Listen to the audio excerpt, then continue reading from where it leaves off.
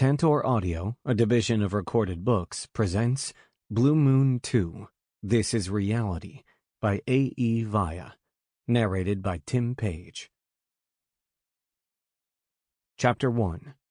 Pierce. Pierce, codename Backhander, watched the fierce and calculated leader of the Beastmasters ready his team. He and Call were secured in a command center on 18 wheels, issuing orders to the Beastmasters. There were technically 7 ex-Special Forces SEALs who made up the team. However, there were 8 present, because if Schott was going to be on assignment, there was no way that FBI Special Agent Fox wasn't going to be assigned to the mission to back up his lover. When Pierce came out of retirement after a lengthy career with the DEA to help his best friend retrieve his kidnapped lover from a deadly drug lord, his former boss had pleaded with him to work one more job with the team of his choosing. But it was never just one more job. The war on drugs was a war that would continue for centuries with an ever-rising casualty count. When one drug lord fell, another would immediately and violently rise to reign in his place. Pierce didn't want to strategize takeovers for the government anymore. He just wanted to fully retire, travel and see the world, enjoy lighter, stress-free days. Hell, maybe even have a relationship.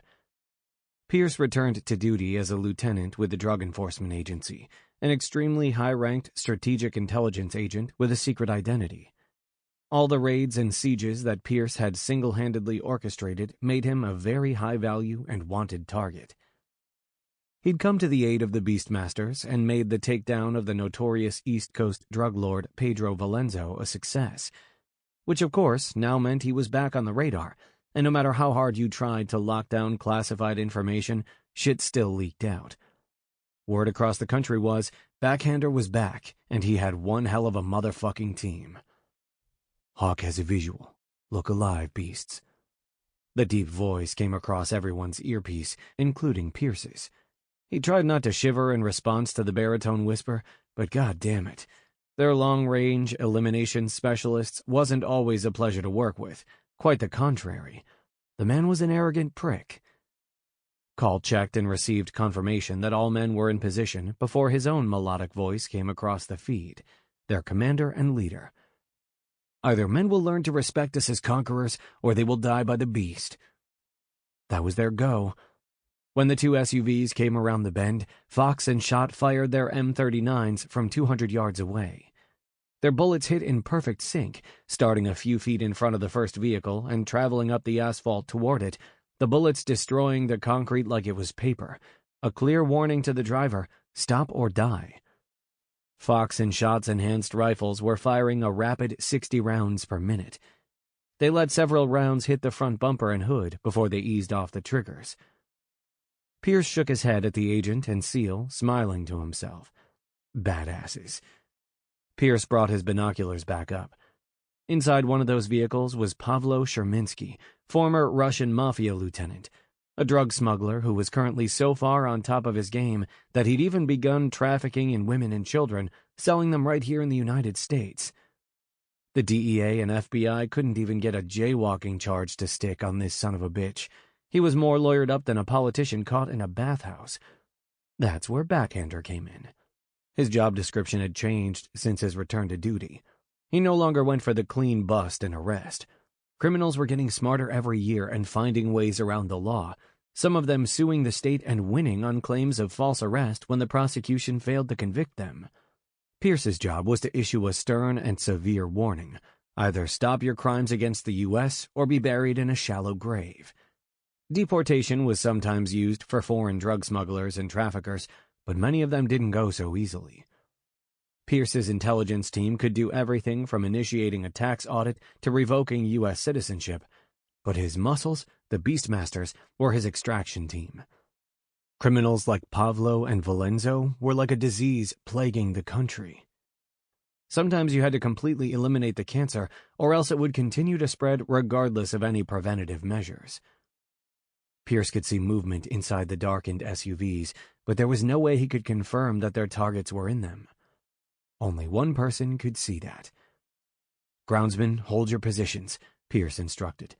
What do you see, Hawk? Call asked. There are 4 in the first vehicle and 2 in the second one. Sherminsky's in the second vehicle in the back seat. Blow the first vehicle shot, and I'll take out Sherminsky's driver. Groundsman, you move in and take him after we hit the driver, Hawk commanded. Negative. That's a negative, Hawk, Pierce hissed into everyone's ear. That is not the plan. There will be no casualties. I want Sherminsky apprehended and the others detained for questioning.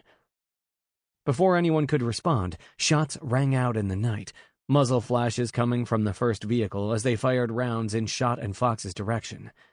There was no way they could hit them. Hell, there was no way they could even see them. It was night, and Shot and Fox were too far away, crouched down on the roof of a deserted store. The road was completely abandoned, and the couple of local businesses that were still operational were over 15 miles away and were closed for the night. Pierce dropped his binoculars and looked at Call. Although Pierce was first in command, Call was the leader of the Beastmasters, so he tried to respect that. If he needed to override the intense man's decision, he would. I need those men alive, Call. Shot, give them another warning, Call instructed. 10-4, Shot replied. Shot aimed at the front driver's side tire and squeezed the trigger. He demolished the tire and continued to spray bullets into the concrete, traveling up the sides of the vehicles, stopping only after taking out the back tires of the second vehicle. This is fucking ridiculous. This man is selling young girls to pedophiles and forcing children to run smack for him. Take his ass out or I will, Hawk added. He has a point, Pierce. Now we're under fire. These guys are not going to come quietly and spill their guts to you. Our job is to help you take these guys out. We're eliminators, not interrogators, Call pointed out. They have information that I need to acquire from my superiors. We need to know how the drugs and the women are getting in and out of the country, Pierce stated combatively and got back on the comms line. Hawk, stand down. Groundsmen, move in, Pierce instructed. 10-4, Toad's dark voice confirmed. Toad was one of the Beastmasters whose job was to move in on foot and apprehend suspects. He was a hulking 280 pounds of solid muscle with biceps that could snap your neck if he got you in his chokehold. Pierce brought his binoculars back up and watched from their trailer up on the hill. He saw Toad's large frame emerge from behind an abandoned building with 2 other Beastmasters, Shade and Lucky, on his 6. Moving like seals, their Glocks aimed at the back windows, approaching the vehicles from the rear. They're readying weapons in the first vehicle, Hawk supplied, not waiting for a response as he lit up the front windshield of the first SUV with his .50 cal sniper rifle. The armor-piercing bullets exploded inside the first vehicle, demolishing any and all bodies that were inside. Pierce's hand was squeezing the binoculars tight as he watched with his mouth hanging open at the accuracy and precision of Hawk's massive weapon. He was firing from over 5 football fields away.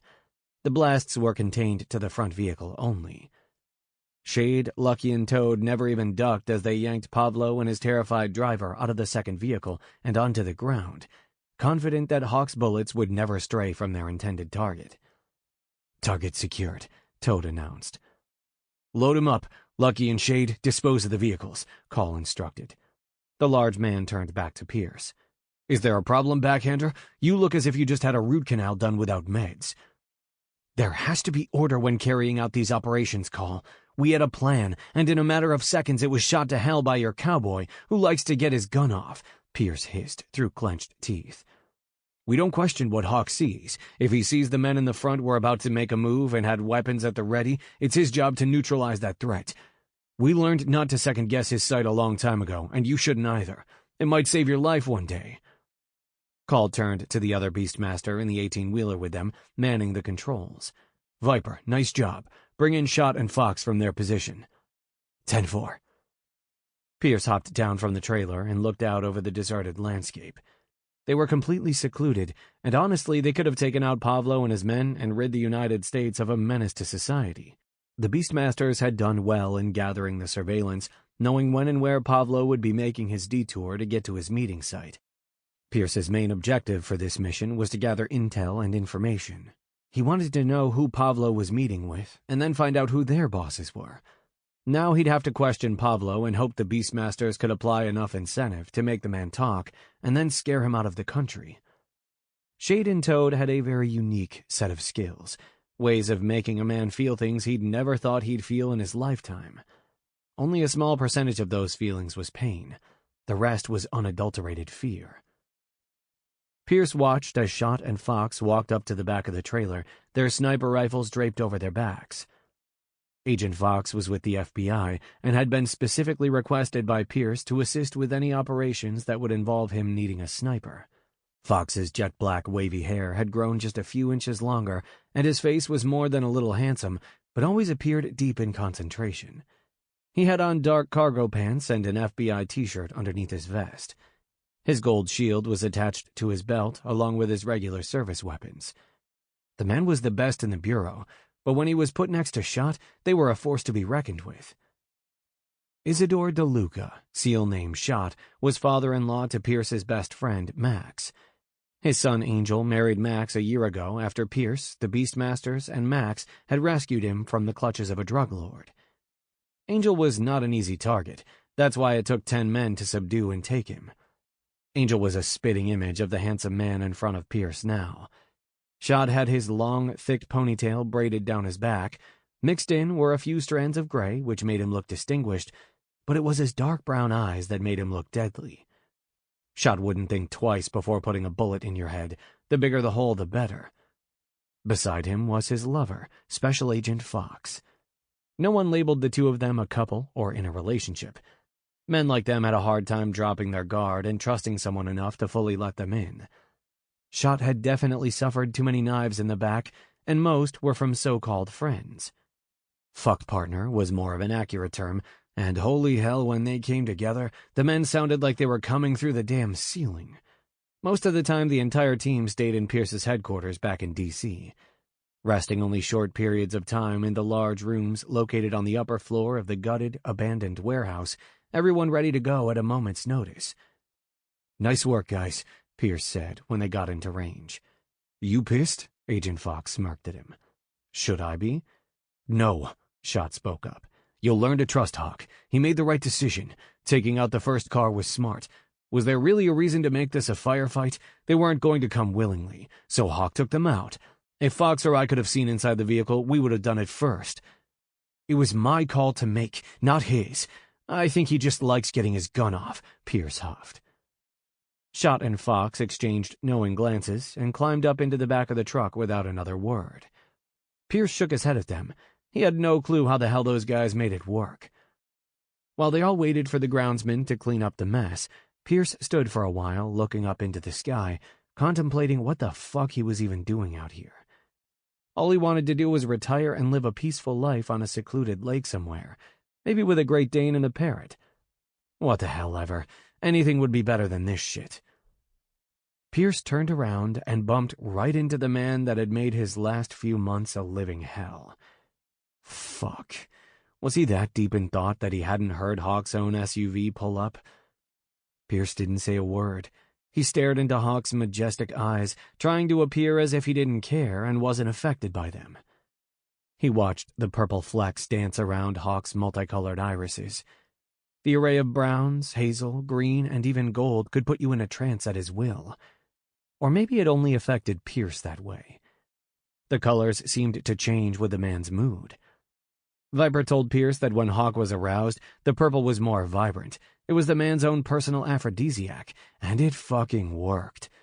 Not only could Hawk's eyes give you instant wood, his vision was impeccable, like nothing Pierce had ever seen in his 35 years. His comrades said Hawk was blessed with sight and perception by a witch doctor in a Quimbandan village when he saved the woman's daughter from being raped by rebel insurgents. However, Pierce had a hard time believing in that type of thing, witches and warlocks, but hell, he did believe in what his own eyes could see. The average naked human eye can see the faint glimmer of light from 30 miles away. Hawk could easily quadruple that, so explain it he could not. "Something on your mind, Backhander?" Hawk's eyes stayed on him, locking him in place. "Stay cool." "Yes, I commanded you to stand down. I wanted those men alive for interrogation. Dead suspects can't help me," Pierce said, while staring at Hawk's forehead. Hawk raised one corner of his sexy mouth and stepped in closer to him. "I follow no one's commands. My allegiance is to the Beastmasters. Not the DEA, not the FBI, not the CIA, and for damn sure not you. Hawk accented each statement with a step closer to Pierce. You're fooling yourself if you think by running off a few high-ranking smugglers and traffickers that you're making a difference. When you cut off the snake's tail, he grows another one. After repeatedly backing up from Hawk's advances, Pierce's back was up against the side of the 18-wheeler. It was just him and Hawk, the dark stillness of the night, and one massive-ass gun at his side. The rifle was over half the length of the man wielding it.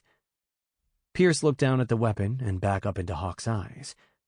Do you have the safety switched on that thing?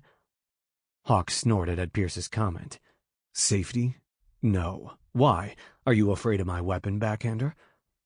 Damn, this man has no respect for personal space. You need to back the fuck up. Pierce tried to inject some venom into his voice.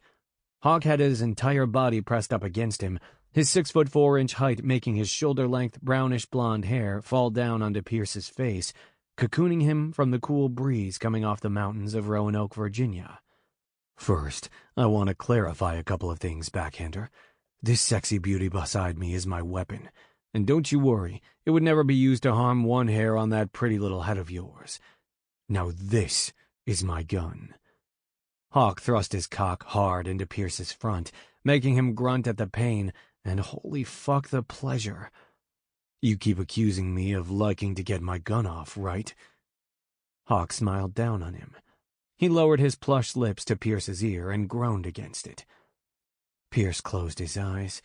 God help me. You keep shooting off that sexy mouth of yours, Backhander, and I'm going to show you just how I get my motherfucking gun off, Hawk hissed. Pierce pushed at Hawk's much larger frame, but of course he didn't budge. He never did. Back off, damn it. I told you I'm not interested, Pierce argued weakly. I see differently, beautiful. But that's okay. Hawk backed up. I'll leave you to it, and watch you come around. Hawk made his way to the back of the 18-wheeler and hoisted himself and his weapon into the trailer. Pierce tried not to look at Hawk's ass and the loose army fatigues, or the way his back muscles rippled underneath his army green t-shirt. Pierce didn't look away fast enough, and he knew he'd been caught ogling. Hawk flashed him a shit-eating grin and winked at Pierce right before he slammed the metal doors. Cocky bastard. Chapter 2. Hawk. Hawk went to his senior commander inside the 18-wheeler. Call. They had AK-12s, sir. Although the Beastmasters were no longer active duty, they were highly regarded military consultants. They also served as instructors of guerrilla warfare tactics for the Special Forces. When out on any mission, they all still respected the chain of command. Call spun around at Hawk's comment. The man didn't ask, was Hawk sure? Of course he was sure. Anything he looked at directly, he made no mistake about. Call's once gorgeous face twisted in concentration. Deep cratered marks covered his left cheek, down his chin, onto his neck, disappearing into his collar. It looked like severe acne, but it wasn't acne. It was where shrapnel had entered his flesh and taken away his handsomeness. A constant reminder to Hawk that he couldn't rely on his perception alone. He'd been 10 seconds off with a warning to his friend on that dreaded day. Something's not right. Where the fuck would they get Russian weapons? Call asked the question more to himself rather than his team. They were used to his asking rhetorical questions, so no one offered an answer. Hawk took his mind away from the past and awaited his instruction. Lucky, Viper, get on that. There's only one drug king that I was informed of with Russian mob contacts. Let's see who Valenzo's been communicating with in prison to pass the time while enjoying the lifetime sentence he's currently serving. I want to see all the man's visitor records and have all his phone calls transcribed immediately. Yes, sir, they responded in unison. Lucky and Viper were the surveillance and intelligence men. Viper could do anything involving electronics, including hacking into any system, regardless of whether it was a local power company or the CIA's database. The Red Irishman, codenamed Lucky, was practically a ghost. The man could go anywhere at any time, completely undetected. He was a master at surveillance and a huge asset to this team. Call looked at Schott, his second in command. As soon as we get back to headquarters, I think we need to have a serious talk with our task force leader. Call motioned his head to the back doors. Shot followed Call. Hawk wanted to go, but he was not asked to join, and that was not his duty. Instead, he and Fox went about getting their weapons disassembled and preparing for the 4-hour drive back to D.C. Chapter 3. Pierce. When it comes to my men, there isn't a fucking need-to-know basis, and I don't give a fuck about plausible deniability. Neither my men nor I are concerned with legal repercussions, so don't tell me you're protecting us by withholding valuable information. Call was tearing Pierce a new asshole for not being completely forthcoming with everything he knew. Those men had AK-12s, Russian machine guns, something my team and I were not informed of. If it hadn't been for Hawk, a couple of my men could have been killed, Call fumed. Your men are not so easy to kill, Call, Pierce said nonchalantly. Maybe he shouldn't have said that, because before Pierce could blink, the SEAL had his forearm up against his throat and was throwing him against the wall in a matter of seconds. He moved quickly and quietly. All Pierce could do was gag and grasp nervously at the thick arm cutting off his air supply. Pierce's eyes were bulging with fear, and he vaguely registered Shot calling to his commanding officer to release him. "The bullets from those fucking guns can pierce Kevlar, smartass," Call roared in his face. "We should have been prepared. If you enjoy breathing, you better never withhold A loud "what the fuck" came from near the door seconds before Call was being gripped around his own neck. Pierce was scared and dangerously deprived of oxygen, but he'd recognize those colorful tattooed sleeves on Hawk's arms in his sleep. "Get your fucking hands off of him," Hawk snapped. He yanked Call away from Pierce and threw him back against the small desk in the conference room. Call recovered quickly and came back around to Hawk's front. The two men were equally matched, both standing at 6'3", 6'4", heavily muscled and masterfully trained. "Stand down, Hawk. That's an order." "With all due respect, sir, fuck you," Hawk snarled. "You are a man of honor. You're using your physical dominance on a civil servant. I have every right to intervene." Shot had moved between them and was staring Call in the eye. "He's right and you know it. Walk it off, soldier. I'll talk with Backhander. We'll rendezvous at 0700 tomorrow." Call walked out and slammed the door behind him. Hawk turned and knelt down in front of Pierce. He brought his hand out, and Pierce unconsciously flinched at the action.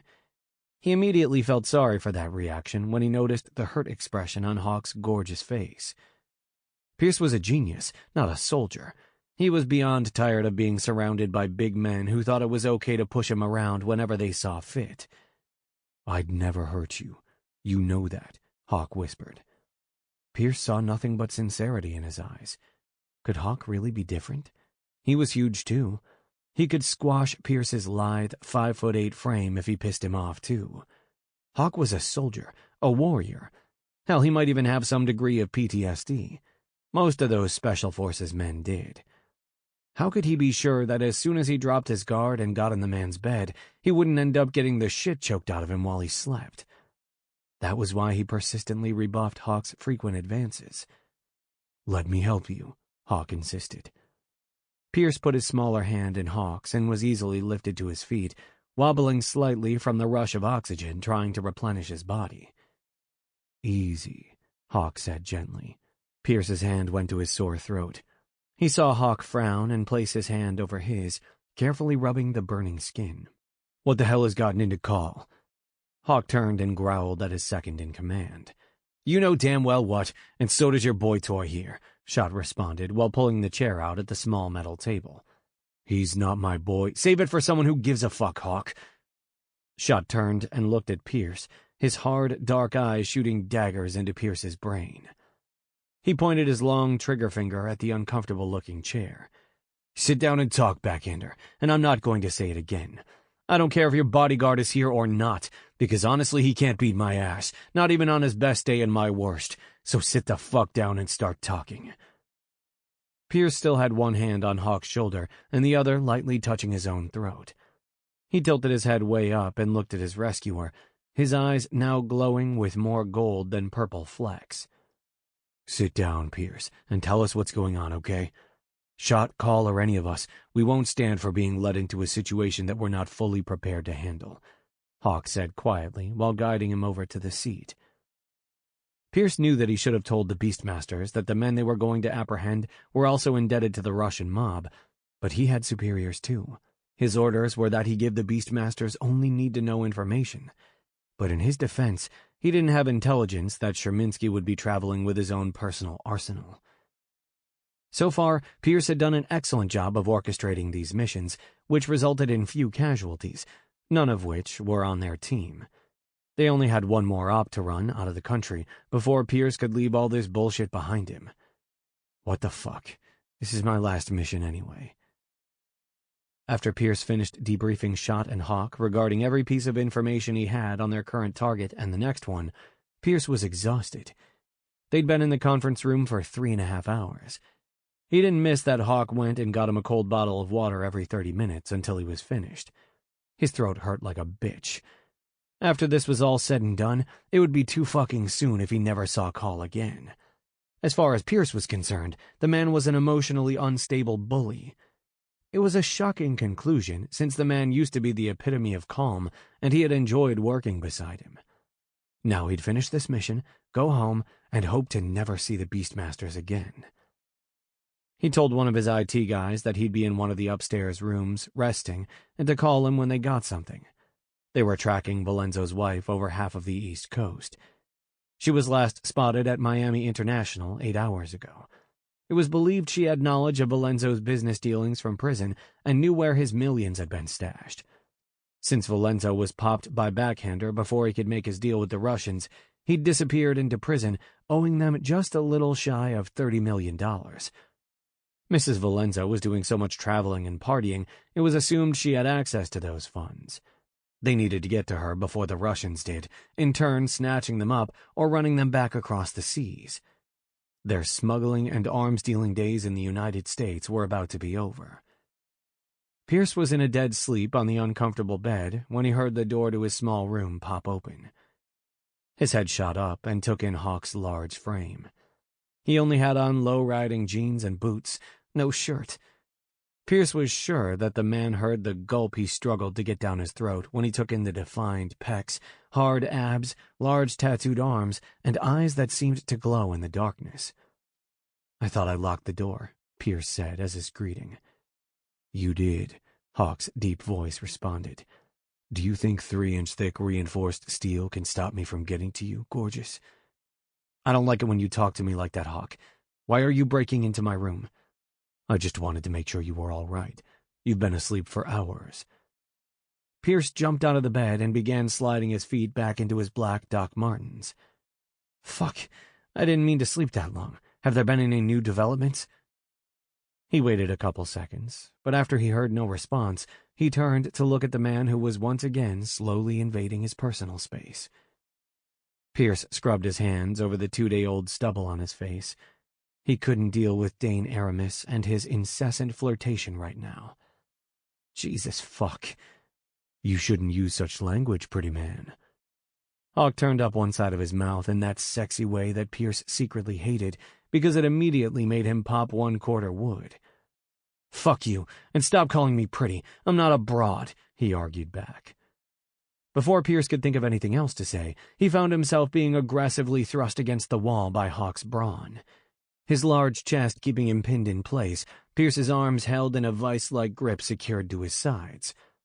He took in a large gulp of air and got a huge lungful of Hawk's scent. He smelled like motor oil and aftershave. If Pierce knew the man at all, he'd say Hawk had been working on his Ducati while he was asleep. "What the fuck, Hawk?" "Shh. Shh, hell, get off me. What the fuck is with you all? Is it throw the little guy around day? Do you guys get off on pushing people around that are smaller than you?" Pierce had to keep his head turned, or else his lips would land right in the center of Hawk's sternum. "Back off," he growled. "You think you're a woman? I know you're not, because I don't fuck women." "Well, we don't have shit in common, because I do." "Is that so?" "Yes. I don't know why you think I'm gay, or how many fucking times I have to say that I'm not." Pierce craned his neck to look up, and quickly regretted it. Hawk's eyes were sparkling and radiant, the purple now more evident, and it was so damn exotic. He'd never seen anything like it. Holy fuck. Breathe. Pierce tried to look away, but couldn't. He tried to budge, but couldn't. He tried to free his arms, but couldn't. You're right. I do get off when I have you under my will. Hawk leaned down and ran his bristly cheek over his hair and down the side of his face until he was at his ear. Sample complete. Ready to continue?